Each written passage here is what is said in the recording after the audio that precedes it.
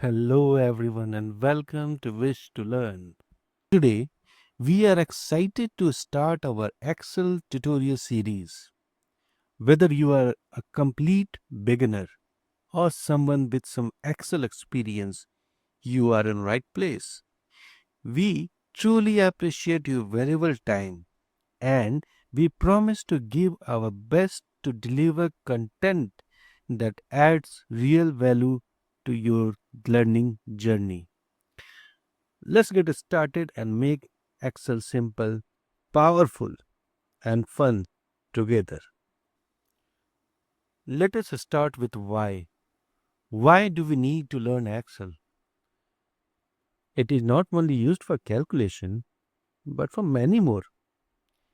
Let us assume you are hired in a car company and is asked to share your insight on production and increase in sale.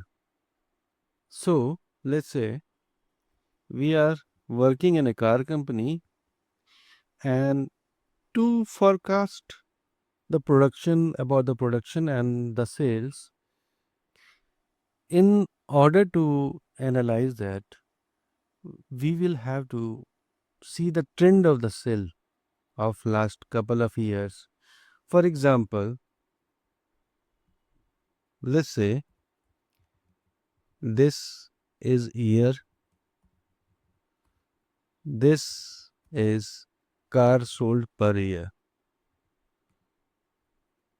So, now let's say हमने 3 साल का data लिया 2023. Random number डाल देते हैं 456 541 and 645. Now, we see here कि 2021 में the sale was around 465. In 2022, sale बढ़ के 514 हो गया. And 2023 sale बढ़ के 645. तो ये हो गया increase trend. Within this data, आप चाहें तो और ज़्यादा डिटेल में जा सकता है जो इन डेप्थ स्टडी होता है जिसमें देखा जाता है कि कौन से क्वार्टर में कौन से मंथ में सेल कम हो रहा है या बढ़ रहा है. अगर कम हो रहा है तो उसका क्या रीज़न है. मे बी मानसून रीज़न है. वट एवर इट इज़, उस हिसाब से we can use this data to make prediction कि नेक्स्ट ईयर में सेल बढ़ेगी या नहीं बढ़ेगी. अगर बढ़ेगी तो हमें प्रोडक्शन कितना करना है और अगर कम होगी तब हमें प्रोडक्शन कितना करना है और हमें उसे बढ़ाना कैसे है. सो Excel play a major role in this. That's why we need to learn Excel. By the end of this video, you will learn basic user interface, few key terminologies, how to navigate and select data, and work with data. Let us open a blank workbook. We go to File,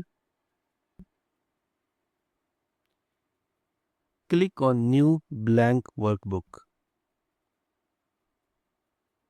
Here it is.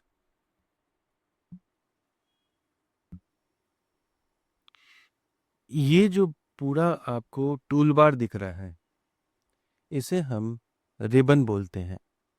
Ribbon में almost all tools होते हैं जो कि हमें use करने रहते हैं Excel में. इनमें इतने सारे टूल्स होते हैं जो पूरे रिबन में तो नहीं आ सकते. तो लेट्स सी, जिस तरह होम पे क्लिक कीजिए आपको उनके टूल्स दिख जाएंगे. इंसर्ट पे क्लिक करेंगे, वहाँ के टूल्स आपको रिफ्लेक्ट करेंगे. We will learn each and everything one by one.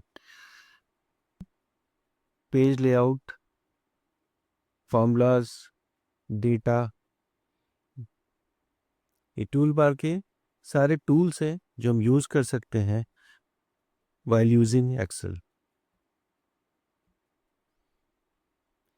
अगर आपने ऑब्जर्व किया हो तो let's say we come to home.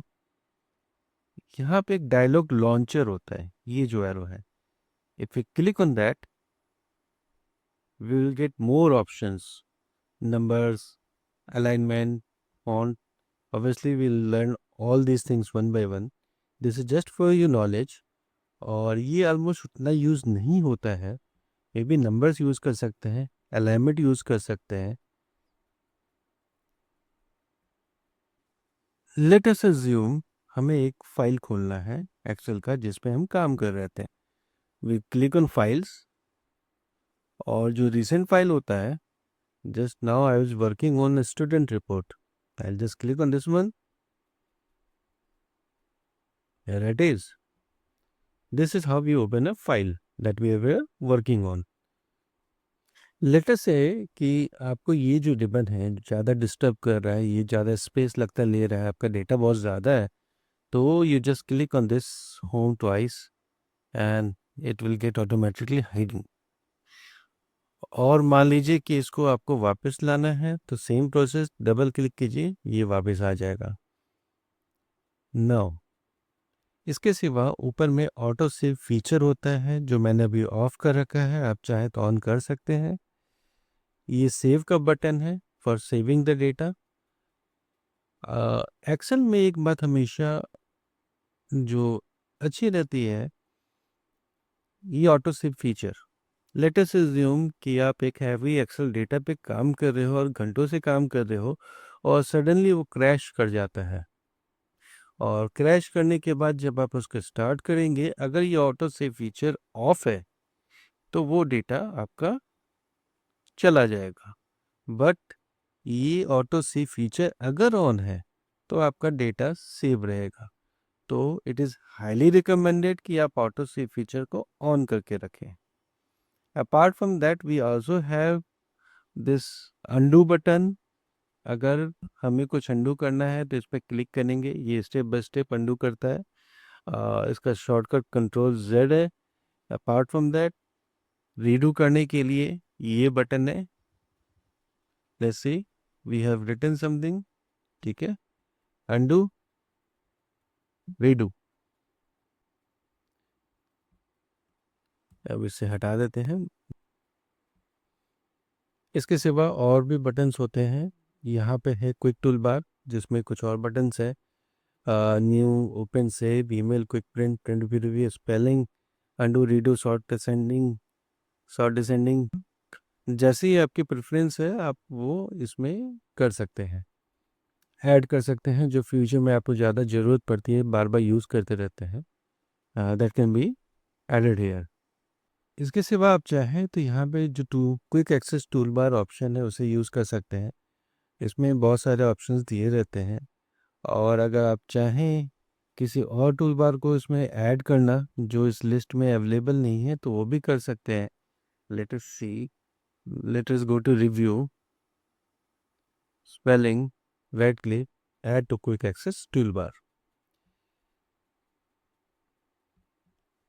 जब आप एक्सेल पे काम कर रहे हो, आपकी ज़रूरत के हिसाब से जो भी टूल आपको लगता है बहुत ज़्यादा आपको यूज़ करना रहता है, तो आई वी हाईली रिकमेंड कि उसे क्विक एक्सेस टूल बार में ऐड कर लें ताकि वो आपका वर्कफ्लो थोड़ा इजी हो जाए. इसके सिवा ये जो बॉक्स आपको दिख रहा है ये फार्मूला बार है जहाँ फार्मूला जाता है. Now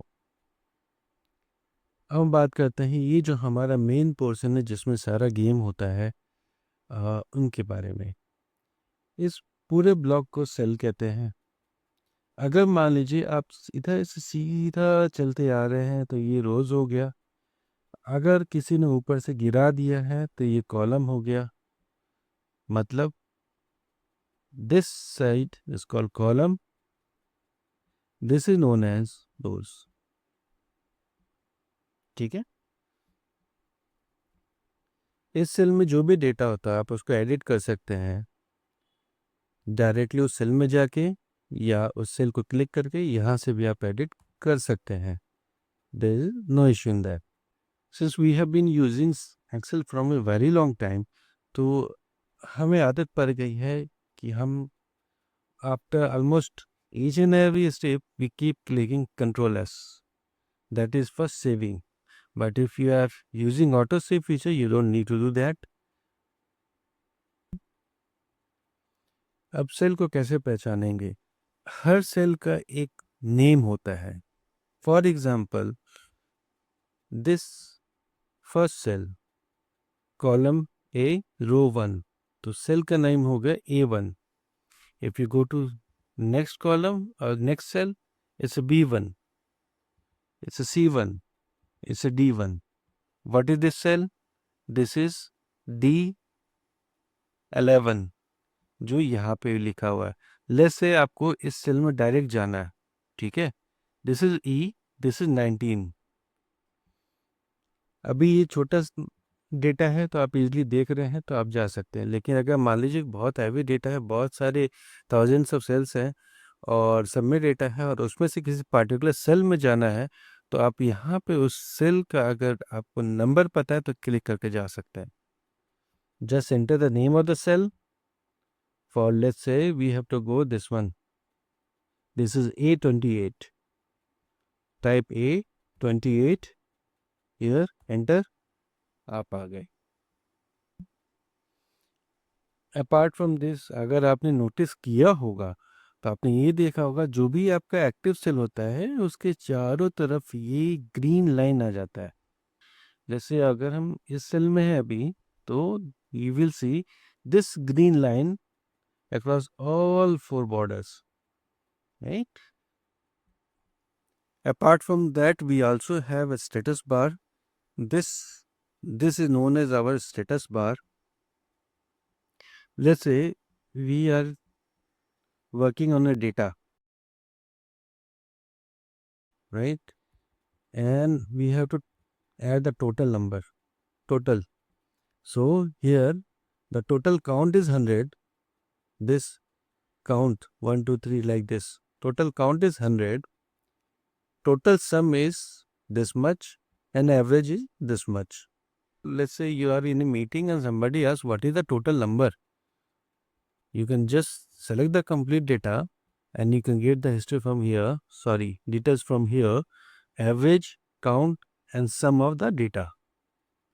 We also have a scroll bar here.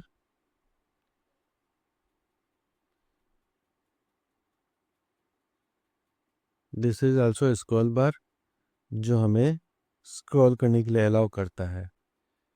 तो आज के लिए बस इतना ही. Thank you for your valuable time.